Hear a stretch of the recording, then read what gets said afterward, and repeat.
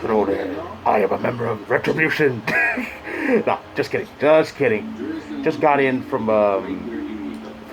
brisk walk, which is why I'm glistening. But this is just a little reminder. When you're out there, wear one of these. Just saying. So anyway, woo, I am definitely glistening, shining, like Aaron Rodgers does every time he takes the field. But speaking of shining, you know who really shined week 2? The Cowboys.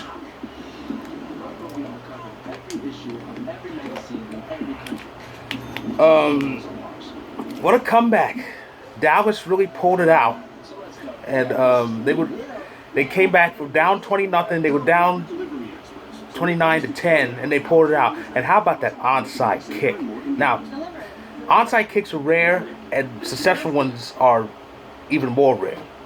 But we all know the rules. On an onside kick, if the kicking team to get it, it has to go 10 yards. And this kick was really weird. It was like this little squibber just slowly rolling, like in baseball, those bunts that roll down the third base line, and defenders are just waiting for it to go foul, and it doesn't. So it's an infield hit. That's basically what this kick was. Now Dallas was waiting, and so was Atlanta. Thing was, Atlanta didn't have to wait. It's only the kicking team that has to wait till it gets 10. Atlanta can just go up and touch it. They never did. And when they did, they didn't even take control of it.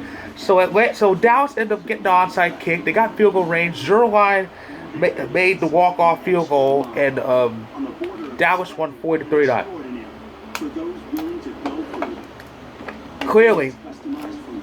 Clearly, Atlanta has learned nothing from 28-3. Not a damn thing. And that Super Bowl was what, 3 years ago, and they still haven't learned. It's gonna be a long season for the Falcons. Meanwhile, I mentioned the Packers. We had a comeback of our own, though. Our comeback started much earlier, and we just never got back. We were actually down 14-3 against Detroit, but we came back. We came out of that before halftime. And Aaron Jones, oh boy. It is so nice to have a running game finally, isn't it? But yeah, we did it. We pulled it off, and we're 2-0 for the second straight year. And Rodgers and company mean business. 40 points a game. We're just putting up points. The defense was a little bit better because we didn't give up 30 this time, and the defense scored a touchdown.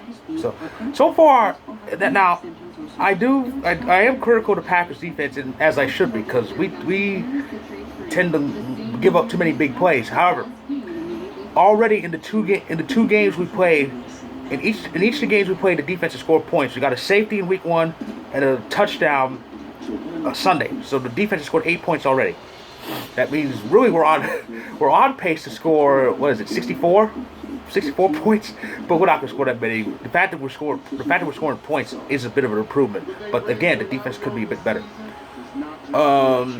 What else? Oh yeah, so the Rams are also 2-0 because, like last week, Carson Wentz can't walk and chew gum at the same time.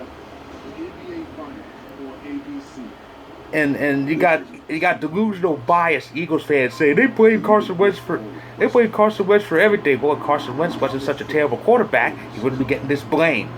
If you still had Nick Foles, you'd be 2-0, not 0-2. Face the facts. But the Washington football team, they lost later today. They got creamed by Arizona. Arizona's 2-0. How about that? And how's that for karma? DeAndre Hopkins is 2-0, but Houston is 0-2. Do they miss Hopkins yet? No? Well, you will in the next few weeks.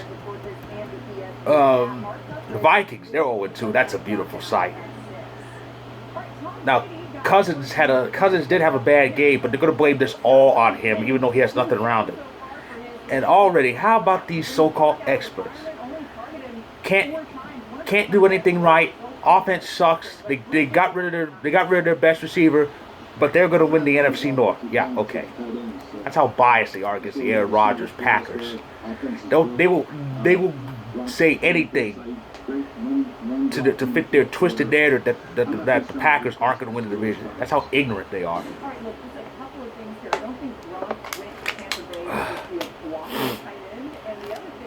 But somehow the Bears are 2-0. Oh my God. This team should be at the best 1-1. I would say 0-2, but Giants had no chance. It's getting worse for the Giants because Saquon Barkley's out for the season. That poor boy. This is the second year in a row he's been injured. He was injured badly last year, but he only missed like a huge number of weeks. He came back at the end. But he's not coming back this season. He is out for the year. Speaking of injuries, the Niners. You know, I'm starting to wonder if the Niners made some sort of Faustian deal to get to the Super Bowl. Don't get me wrong, that team's good, but all the bad things that have befallen them, and only 2 weeks into this season, that makes me believe that they made some sort of devil's bargain, if you will, to get to the Super Bowl. And now it's time to pay the piper. Literally everybody on this team is injured. Deebo Samuel before the season started. George Kittle got injured before Sunday's game. And now there's about a whole bunch more adding. Nick Bosa, Jimmy Garoppolo, Raheem Mostert after he got that 80-yard touchdown. Literally the whole team is banged up. It's awful. Now Nick Bosa, I read, is out for the year. They say Jimmy's good for next week, but Mostert, that's the question. But, oh boy, is it a Super Bowl hangover? Is it some sort of weirdo deal that they're paid for? What is it? It's not just Niners. Everybody's getting hurt. Everybody's injured. We have an injury too. Devontae Adams got dinged up in week 2, but he was off. He was off the field the entire second half because we didn't need him because we were playing the Lions and we pretty much had this. Of course, week 2 started with a great game between the Ohio teams, and now the Browns are 1-1, and poor Joe Burrow, he's 0-2. Damn, Burrow plays 2 good games, but they're 0-2. It's the Bengals. What can I say? Brady got his first win as a Buck. Congratulations to him. Against the Panthers, who have their own problem. They've lost Christian McCaffrey for 4 to 6 weeks. That's their season right there. The Bills are 2-0, and in the later games, I said the Texans are 0-2. They lost to Baltimore. The Chiefs escaped the Chargers.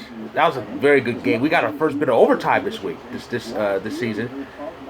Chargers and Chiefs went to overtime, and Harrison Butker won it with the 58-yarder. With under just after 2-minute warning. Yes, there are 2-minute warnings in overtime. So defending champs are 2-0. Patriots and Seahawks. That was the Sunday main event. And again, it went down to they always seem to go down to the goal line. You know, the Super Bowl, that one regular season meeting a few years ago, and now this.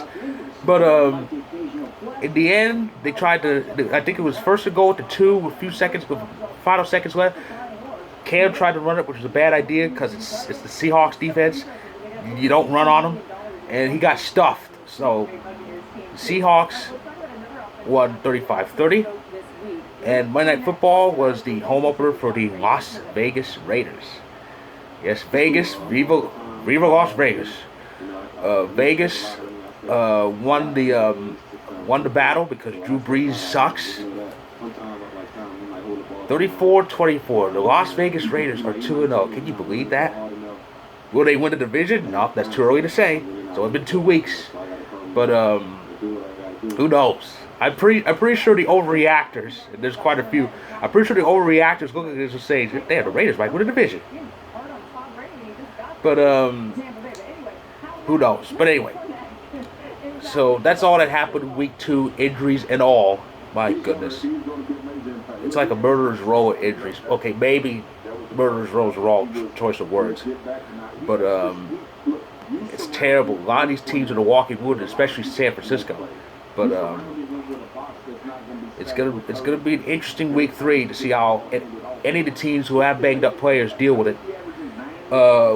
Week 3 starts on Thursday with the Dolphins and the Jaguars. I don't like that matchup, but something tells us that's going to end up being a good game.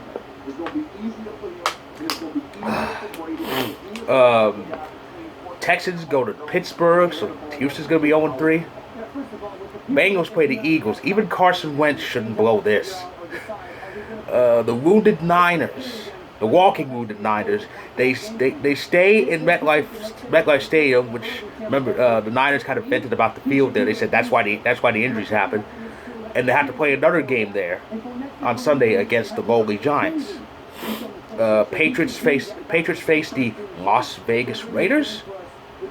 The only battle of unbeatens is Rams and Bills. I'm definitely getting that.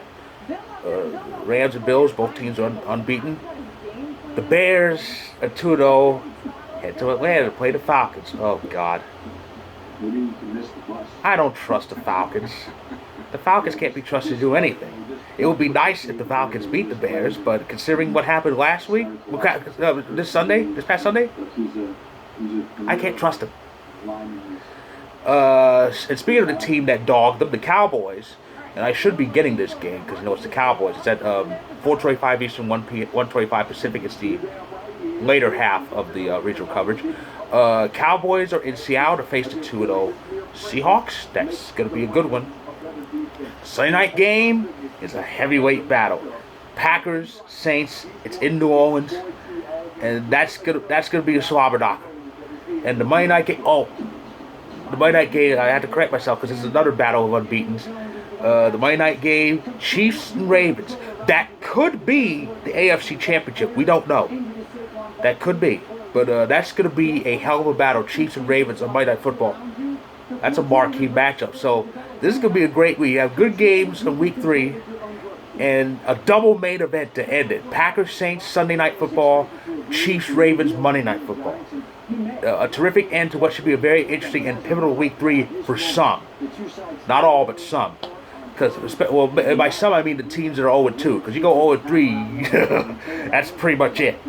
So that's my recap of week 2 of the NFL season. Man, it's been terrible with the injuries. I just have to say it, but yeah, week 2 is just crazy and terrible for all those who lost players through the injury. But we'll make it through this season. So that's my recap of week 2. With that, I say enjoy the rest of this football season. I'll recap week 3 next Tuesday, and I'll be back tomorrow night to recap Game 3 of the Stanley Cup Final.